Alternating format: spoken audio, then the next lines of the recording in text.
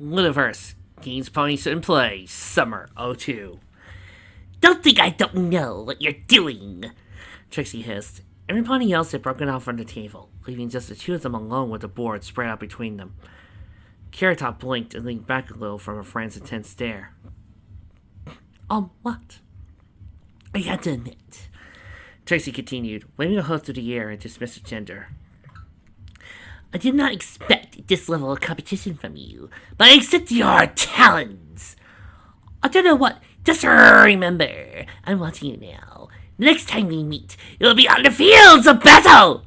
Trixie held a hoof up to her eyes. They saw one fetlock 80 degrees from pointing at Carrot Top. Showmare banked slowly from the table, never taking her eyes from her target. Carrot Top watched her go with her mouth hanging slightly open.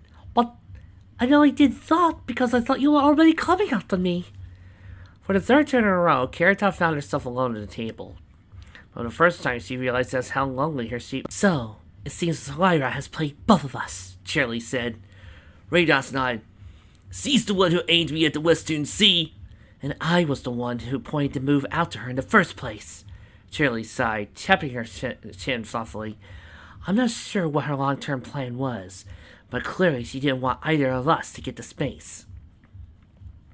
If she really wanted to keep us from getting it, why did she move all her units away last turn? I'm not sure. We could just ask her what she was thinking, Raindrop suggested. Shirley considered the thought, but a slow glittering crossed her features. Perhaps, or we could get back at her instead, for pinning us against each other like that. She does seem to be very nervous about us talking together. The two of them looked sideways at Lyra, who kept shooting worried glances in the direction. Raindrop's grin soon masked her own. I can get behind that, but there's still a problem of which of us gets to Dune Sea. Shirley thought for a moment, then walked over to where she left her bag next to the door. I just know they're talking about me, Lyra muttered again, trying to watch the other pair from the corner of her eye. Dizzy blew a breath out at the table from her mouth and nodded dourly. Probably. Why did you do it anyway? I don't know. It seemed like a good idea at the time. Raindrop said she wanted to go north, and Shirley told me she was going south. I just didn't want the two of them marching through me to get at each other. She almost flinched as the two mares in question looked back at her and smiled. Well, at least now you know they won't be going through you to get at each other. That's not funny, Ditsy. I really think I'm in trouble here. She tried to keep the school teacher in view as Shirley walked over to the door and picked something from her bag. Is she flipping a silver bit? What's that about? Look, we should really try to get back to our own plans, Ditsy interrupted, trying to pull her friend's attention back on topic. You won't be heading any further in my direction anymore, I take it? I think I got enough on my plate, Lyra sighed. Do you need any help with them? Lyra considered the offer. Can't really think of a way that doesn't make you the same target I am. I got one or two ideas left, but personally, I kinda just want to get this game over with. It's a lot more taxing than I thought it'd be. I mean, look at the board. We've been playing for an hour already, and we each only got about 4 or 5 territories. The game won't end until one of us gets 16. I can tell right now that won't happen quickly. How's one pony supposed to take more than 10 without every pony else teaming up to take them down? Dizzy thought about her points her friend brought up. It was safe for Nancy when Trixie suddenly imposed herself between the two of them. Excuse me, Lyra, but I need to borrow Dizzy for a while. It's a matter of life or death. It's alright, we'll continue this in a bit, Dizzy said reassuringly, allowing herself to be pulled away. Trixie looked back at the unicorn for a moment. What were you? No, never mind. I need your help getting Carrot Top out of my nation. How? Trixie opened and closed her mouth a couple of times, like a fish. But you've got all those air forces. I need you to move them up and support my attack on Hubblestadt. I don't know you know this, but I'm also a bit surrounded right now. Dizzy gestured back at the map. Shirley's got a pair of armies aimed right at me. I gotta focus on that for the time being. Look, I'll touch it Shirley for you, Dizzy said desperately, getting down on her knees. I don't have enough units to do this on my own. Please? Well, please. Okay, just get up, Dizzy said embarrassed. She pulled her friend off the floor. There's nothing I can do this turn, but I'll try to get closer. You definitely owe me. Thanks, Trixie said quickly, already scanning the room for her next target. Dizzy sighed as her friend ran off. already thinking about who she needed to speak with next. Charity, Carrot Top asked, do you have a minute? For you, I've got 5, Charlie replied, patting the floor next to where she was sitting. I'm glad you finally decided to have a strategy session with some pony. The way you handled Trixie was pretty well done. Carrot Top's face fell slightly. Don't remind me. Look, I just want to say I didn't want to start anything yet. I'm going to be completely swamped holding off Trixie for a while. Charlie grinned, cocking her head to the side. You thought I was going to attack you? Not really, Carrot Top said, pulling out her map for emphasis. I'm just covering my bases. You're going to be spending the next few turns around here anyway. Charlie blinked at where her friend was pointing and leaned back a little surprised. You saw what I was planning? Carrot Top paused and looked down at the map, as he only been casually holding her hose. Saw what? She started, but froze as a loud cry interrupted the general stillness of the library. Wait!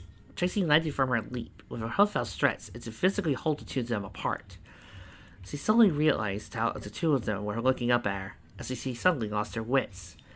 A quick glance around the library revealed the rest of her friends watching her in much the same way. She swallowed and pointedly ignored the others, trying to piece together some of her dignity. I need to talk to Charlie right now, before the time is up. Lusty enough to turn a deep purple, she all but dragged the school teacher away to the opposite end of the library. Carrot Top watched them go, with a sinking feeling in the pit of her stomach. Jeez, I wonder what that was about, Lyra said, taking the spot Charlie had so recently vacated. I had no idea. Are you sure you don't? Lyra asked coyly, nudging her shoulder. I bet you could handle both of them in a pinch if you had to, eh? Why does every pony keep saying that? Carrot Top muttered. It was just one move. I'm still stuck up in this corner with nowhere to go. Lyra frowned. You think you're stuck? I'm squished between 2 players who have good cause to wipe me from the board. Yeah, but you could still spread out, Carrot Top retorted, showing her map forward like a shield. I've got nothing but the ends of the map on all sides on me up here. Yeah, but I don't... Lyra's voice trailed off. Something on the map arrested her attention. Actually, now that you mention it, I never thought of that. I had to say, sorry, CT, I've got to make some last-minute changes. Where did I leave my notebook? Carrot Top gaped at her friend and scanned her off in search of her papers. Slowly, she turned her map back toward herself, studying to make sure it hadn't randomly translated itself into a font of limited winning instructions. What did I say? You want me to attack Carrot Top? Charlie asked. It wasn't really all that surprised, but the intensity of Trixie's expression as she asked was a little intimidating. Not right away, but I need you to get up there as soon as you can, the unicorn clarified. Threaten her a little. Get her to send in some units to defend against you. Anything to take some of the heat off of my fight. Charlie tilted her head back and pretended to hold herself aloft. And what if it helps me to have the two of you fighting it out? Trixie gritted her teeth from frustration. Look, I'm coming to you on bended knee here. I need to get my territory back. What do I need to get your help? I don't know, Charlie mused, drawing out the time. There's only a minute or 2 left in the turn. She hasn't had time to write down any moves yet. After all, I got a lot of other angles to work on right now. I got Lyra in the ropes, and as for Ditzy... No! Trixie interrupted, then pulled back and sucked in a breath through her teeth. How about if I owed you a favor? Anything you need, at any point in the game, I'll do for you. All you have to do is move on Carrot Top before anything else, okay? Charlie considered it. I suppose this is the real currency of the game. It's not all that out of my way, if I alter my plans a little. I don't know how I can hold Trixie to her favor, but she really does mean it. Alright, I'll do it, Charlie said, but only 1 unit. I'm going to engage myself fully in this. I'll place right 1 unit is all you need. Thank you, Trixie sighed, as he realized how little time she had left. I haven't written anything yet. Got to run! The school teacher watched her run back to the table with mixed feelings. Looks like she's falling apart faster than I would have expected. In fact, she's getting a little too upset about this. I've seen her handle much worse than this. Is he faking it for some reason? What does he gain by making me think she's losing it? Confused, Charlie opened her notebook and crossed out one of the lines written within. One way or the other, the next few turns will reveal much. There's not a lot of time left, Twilight said, holding up the hourglass as evidence. I understand, Dizzy responded. Something I need to know. How do these games usually end? Twilight shuffled the pieces together and cleared her throat. Here we go. I'll start with the Griffins. Their Air Force in Hippopotamia moves into Konja. This time I won't put down a flag until the next turn, if it is still there. The other Air Force supports their Navy's attack on Hauptstadt. Silly, the Elks Army, with the support of their Navy, was also moving to Hauptstadt, so neither unit gets to move. But wait, Trixie interrupted. How was her army moving into that space? She's got an Air Force there!